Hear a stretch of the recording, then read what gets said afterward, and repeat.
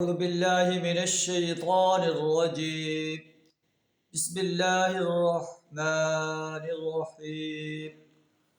قل أرأيتم إن أخذ الله سمعكم وأبصاركم وختم على قلوبكم من إله غير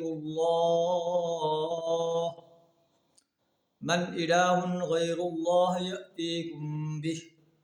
انظر كيف نصرف الآيات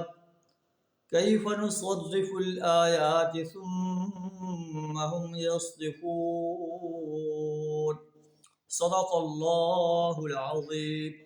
سورہ انعام آیت نمبر 46 آپ کے سامنے تلاوت کی ہے، جس کا ترجمہ کچھ اس طرح ہے: قل ارأیتم ان اخذ اللہ، اے نبی صلی اللہ علیہ وسلم آپ ان سے کہیں کبھی تم نے سوچا ان اخذ اللہ سمعکم و ابصارکم، اگر اللہ تمہاری قوت سماعت اور بصارت کو سلب کر لے، تمہارے دلوں پر مہر لگا دے، من الہ غیر اللہ یأتیکم بہ، اللہ کے علاوہ کون سا الہ ہے جو یہ نعمتیں تمہیں واپس دلا دے۔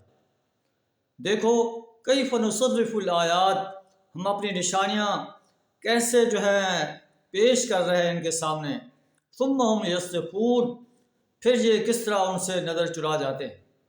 دیکھو اگر اللہ کا عذاب اچانک آ جائے یا علانیہ آ جائے تو ظالموں کے سوا اور کون ہلاک ہوگا۔